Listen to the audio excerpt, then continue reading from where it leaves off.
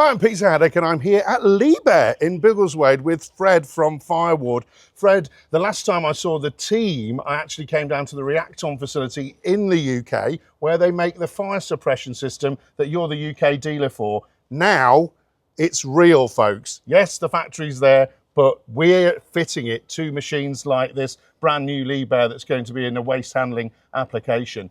This is really important, isn't it? You've got a great relationship with Liebherr, but the fire suppression in specific areas like waste handling, absolutely vital. Absolutely. So Fireward's, we're working across the whole of the UK with a variety of different OEMs, working in hazardous industries like your waste and recycling, ports, the aggregates and quarries market. Each have different hazards depending on certain machines. So the particular machine we're with today, LH18 material handler. This is for a waste application for one of our major clients.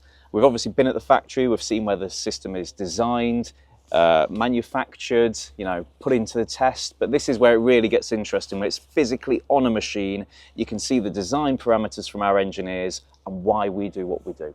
And this is really important, folks, because you're saying design parameters. For a fire suppression system, normally people would think you just bolt it on, you just put it in. However, there's certain areas that you need to actually look at per machine. And every time a machine, we have a new variant of a machine, your engineers have to work together again with the OEM, in this case Liebherr, to make sure that you're channeling everything in the right place, aren't you? Absolutely. I mean, you can be forgiven for thinking that when it comes to machines, you're just looking at the engine. You're just looking at a particular block that you're protecting, but it's not. There's the hydraulics of the machine, there's the electrics of a machine. If you look inside, there's the turbochargers, the DPFs, the exhaust manifold that are running very hot inside there. And especially when it comes to the waste environments where there's combustible debris, all of these factors are based around how we design the systems and how we implement that to keep operators safe while working on heavy plant and machinery. So let's quickly talk about that, because fire suppression system that you have is very unique in how you do it. First of all, made in the UK, which is great. I've seen the engineering that even goes into the nozzle and the tiny piece of instrumentation you use to make sure everything is within huge tight tolerances. But how do you put your system in, and why does that matter to people like that are working in these sort of industries? So when it comes to protecting the plant itself, you want a fire system that's in the way enough to deal with a fire, but out of the way enough that it's not in the way of day-to-day operations, your maintenance, your checks of those machines. So when the engineers come to installing the systems, they're looking at the key hazard areas, how close they can get that detection with not being too close. You're going to get false activations or problems with that system.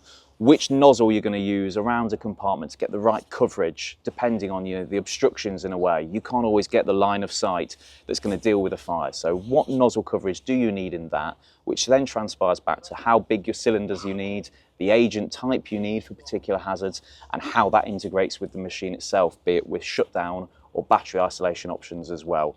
It's all pre-engineered, but designed by the engineers when they get to site. Risk assessments, hazard analysis, how can we protect that machine the best we can? And of course, this is a kind of fit and forget system. However, like everything, you should be maintaining a system like this. And you've even told me before that you can take old systems off an old machine in some cases and then put it on a newer one like this if the customer's changing it out. That's because, all the componentry is to a high standard, but also, that system hasn't gone off. Yeah, the cylinders themselves by EU pressure equipment directives have 10-year lifespan. But if you've got a machine that you're keeping for 3, 4, 5 years, it'd be remiss to get rid of that system that you've paid for the hardware for. Yep. You're getting a like-for-like new model, or even sometimes a slightly different model, but we can change a couple of hoses but use the main components, maximise the lifespan of that fire system so that every end user dealer is getting the maximum ability to protect multiple machines and not just the one.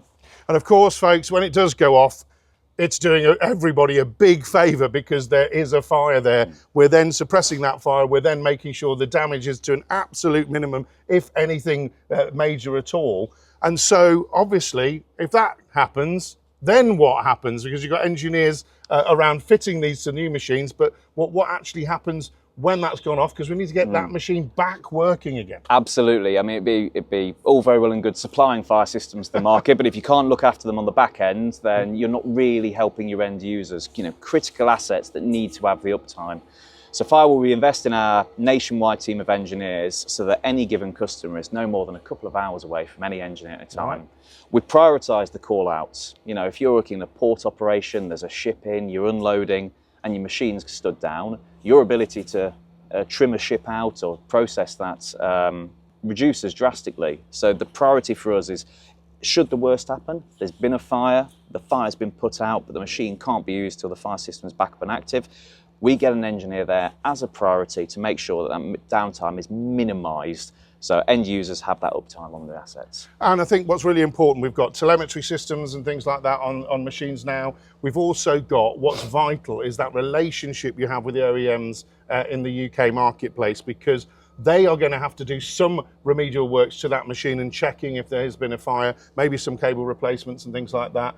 But then it's about them triggering for you to be in the right spot, ready to then put that system back into place, and it all works much more seamlessly together. Now you've got that long-term relationship, doesn't it? Absolutely, and like I said earlier, we work very closely with a lot of OEMs up and down the country, whether that's mobile plants, whether it's static plant like shredders and trommels, all presenting a high risk, but we work in conjunction with them to make sure everybody knows the process from start to finish. Firstly, what the daily checks on the machines to look after them. Yep. Secondly, how to safely work around the fire system so that you're not doing hot works or doing anything that could trigger the system. But then when there should be, if there should be an incident, what to do after that. You know, you can have a system go off because of a fire, but who do you get in touch with? Well, we've got a dedicated team of operations staff who manage our engineers and their schedules. They will then have a call come in, whether it's the OEM or the end user, arrange to get out to that machine, get it back up and running.